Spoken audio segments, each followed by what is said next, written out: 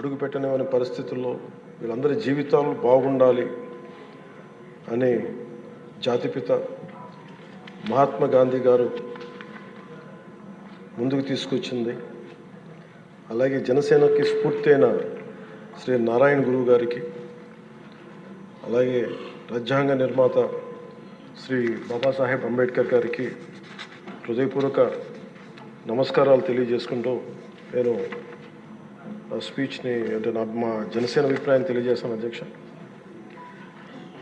గత 2 దశాబ్దాలుగా ప్రత్యేకించి ఇంకా స్పష్టంగా చెప్పాలంటే 2004 నుంచి చాలా దళిత మేధావులతోటి, చాలామంది దళిత కార్యకర్తలతోటి, అటు మాల మాదిగ ఉపకులాలు కావచ్చు, అన్ని రకాలుగా చాలామంది మేధావులతోటి చర్చల్లో పాల్గొన్నవాడిని. అధ్యక్ష, వారు నన్ను మనస్ఫూర్తిగా ఆహ్వానించారు.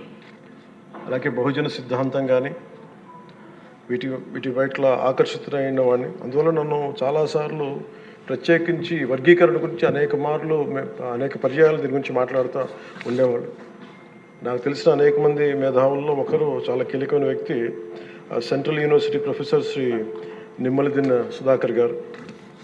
అలాగే మాల మాదిగ ఐక్యత కోసం కలిసి ఉండాలి కానీ వర్గీకరణ జరగాలని కోరుకునే కళాకారుడు, కవి మాస్టర్జీ గారు. అంటే ఎలాంటి వ్యక్తులను నేను కలుసుకున్నానంటే, ఆయన మాదిగ కులస్తుల అయింది కూడా ఆయన మాలకులానికి చెందిన ఆంధ్రాకి చెందిన మాలకులానికి చెందిన వ్యక్తిని పెళ్లి చేసుకొని మాల మాదిగ ఐక్యత ఉండాలి కానీ వర్గీకరణ జరగాలని ఇలాంటి ఎన్నో ఆర్గ్యుమెంట్స్, ఎన్నో రకాల అభిప్రాయాలు ఉన్నాయి. వీటన్నిటి మధ్యలో మేము ఒక బలంగా దీన్ని తీసుకున్నాం. అధ్యక్ష, ప్రత్యేకించి రిజర్వేషన్స్ కానీ చాలా డిస్కషన్స్ ఉండేవి ఆ టైంలో. ప్రత్యేకించి మన వర్గీకరణ గురించి, అలాగే క్రీమీ లేయర్ గురించి, అలాగే ఇంకా కులం గుర్తింపు లేని కులాలు బేడా బుడగ జంగాల గురించి, రెల్లి కులస్తుల గురించి అనేక మార్లు చాలా విస్తారమైన చర్చలు ఉన్నాయి. అధ్యక్ష, కానీ ప్రత్యేకించి ముఖ్యంగా అంటే ఉదాహరణకి దళితులు ఎలాంటి గొప్ప మేధావులను కలుసుకున్న నిమ్మలదిన్న సుధాకర్ గారు వారు చెప్పింది, ఆయన స్వతహాగా దళిత కులానికి చెందిన మాల కులస్తులు అయింది కూడా అసలు దళితుల కంటే వెనుకబడ్డ యానాదుల కులం గురించి ఆయన రీసెర్చ్ చేసి వారికి నిలబడాలి అని చెప్పి చాలా ముందుకు తీసుకెళ్లే వ్యక్తి. అధ్యక్ష, అలాంటి ఎంతోమంది చాలా ఉన్నతంగా ఆలోచించి నేను దళిత కులస్తుల్ని, దళిత మేధావులతో నేను కలిసి వచ్చిన వాడిని, వారితో నడిచిన వాడిని. ప్రత్యేకించి ఈ రోజున వర్గీకరణకు సంబంధించి దీనికి మనస్ఫూర్తిగా ఈ స్థాయి దాకా వచ్చింది అంటే ఒకళ్ళు మందకృష్ణ మాదిగ గారు అయితే, దాన్ని ముందుకు తీసుకెళ్లిన వ్యక్తి శ్రీ నారా చంద్రబాబు నాయుడు గారు. అధ్యక్ష, ప్రత్యేకించి మేము హైదరాబాద్ రోడ్ల మీద మేము తిరుగుతున్నప్పుడు మందకృష్ణ మాదిగ గారు అప్పుడు మాదిగ కులానికి వన్నె తెచ్చిన, ఆత్మగౌరవం అనే నినాదం తెచ్చిన మందకృష్ణ మాదిగ గారికి మనస్ఫూర్తిగా నేను వారికి నా ధన్యవాదాలు తెలుపుతున్నాను. అధ్యక్ష, ఎందుకంటే ఒక చిన్నబుచ్చుకునే తరం నుంచి మిగతా కులాలకి ఏమాత్రం సర్నేమ్స్ అని అన్ని కులాలు పెట్టుకుంటాయి, కానీ మాదిగ కులం పెట్టుకోవాలంటే ఇబ్బంది పడే పరిస్థితుల్లో నేను మాదిగాని చెప్పగలిగే గుండె ధైర్యంతో, ఆత్మగౌరవంతో దాన్ని ముందుకు తీసుకెళ్లిన మందకృష్ణ మాదిగ గారిని అసెంబ్లీ సాక్షిగా మనస్ఫూర్తిగా వారిని అభినందిస్తున్నాను. అధ్యక్ష, అలాంటి ఆత్మగౌరవ పోరాటాన్ని ముందుకు తీసుకెళ్లి దాన్ని ఆంధ్రప్రదేశ్ ఉమ్మడి రాష్ట్రంలో ప్రవేశపెట్టిన ఘనత, దాన్ని ముందుకు తీసుకెళ్లిన ఘనత శ్రీ నారా చంద్రబాబు నాయుడు గారికి, మన గౌరవ ముఖ్యమంత్రి గారికి దక్కుతుంది. అధ్యక్ష, ఈ రోజున దేశ స్థాయిలో దీన్ని ముందుకు తీసుకెళ్ళగలుగుతున్నాం అంటే ప్రధానమంత్రి గారి దృష్టిలో పడిందంటే దానికి నాంది ఆంధ్రప్రదేశ్ నుంచే పడింది. అధ్యక్ష,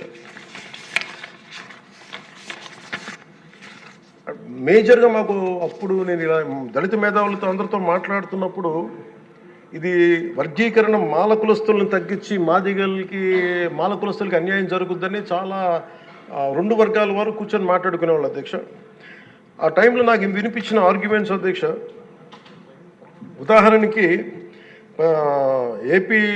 ఏపీలో మాల కులస్తులు, మనకి తెలంగాణలో మనకి మాది కులస్తులు ఎక్కువ. అధ్యక్ష, అలాగే ఇది ఒక్కొక్క చోట ఒక్కొక్క కులం సబ్ క్యాస్ట్ ఎక్కువ బెనిఫిట్ తీసుకుంది రిజర్వేషన్లో, ఇది మిగతా వాళ్ళకు కూడా చెందాలనే దానిదే ఈ వాదన. ఇది ఉదాహరణకి రాజస్థాన్లో అయితే మేఘవాల్స్ జాటోస్ ఎక్కువ తీసుకుంటారు రిజర్వేషన్లో. భైరవ కులస్తులు కానీ కోలీస్ కానీ దీన్ని తక్కువ శాతం తీసుకుంటారు. ఇక్కడ వాళ్ళు బెనిఫిట్ అవుతారు అధ్యక్ష రాజస్థాన్లో. అలాగే మనకి ఉదాహరణకి పంజాబ్లో అయితే రవిదస్య ముఖ్యంగా చెప్పాలంటే అక్కడ మన మాదిగ కులస్తులతో సమానం చమార్ కాస్ట్ వాళ్ళు ఎక్కువ బెనిఫిట్ తీసుకుంటారు అధ్యక్ష. కానీ అక్కడ ఈ రోజున మేజర్ భాగం దీనివల్ల బెనిఫిట్ అయితే అక్కడ బాల్మీకిలు, మజాబీ సిక్కులు, అలాగే ఇలాగ అనేక విభిన్నంగా ఒక్కొక్క చోట ఉన్న ఈ డామినెన్స్ కావచ్చు, లేదంటే ఎక్కువ శాతం తీసుకోవడం కావచ్చు. ఇట్స్ అ బ్యాలెన్సింగ్ యాక్ట్ అధ్యక్ష. అసమానతలపైన పోరాడే పరిస్థితి వస్తూ ఉంది. ఇక్కడికి వచ్చినప్పుడు అధ్యక్ష ఈ కేసు చెప్పిన తర్వాత చరిత్ర కూడా ఒకసారి, చరిత్రలో నేను కూడా ఒక 40-50 ఏళ్ళు భాగస్వాములు అయ్యే పరిస్థితికి వచ్చాం. అది కూడా ఒకసారి చూసినప్పుడు దీన్ని ఇటీవల కాలంలో అనేక ఛాలెంజెస్ తర్వాత నేను ఆ చరిత్ర చెప్పేటప్పుడు ఎప్పుడు చెప్తాను, ఒక తీర్పు ఇచ్చారు.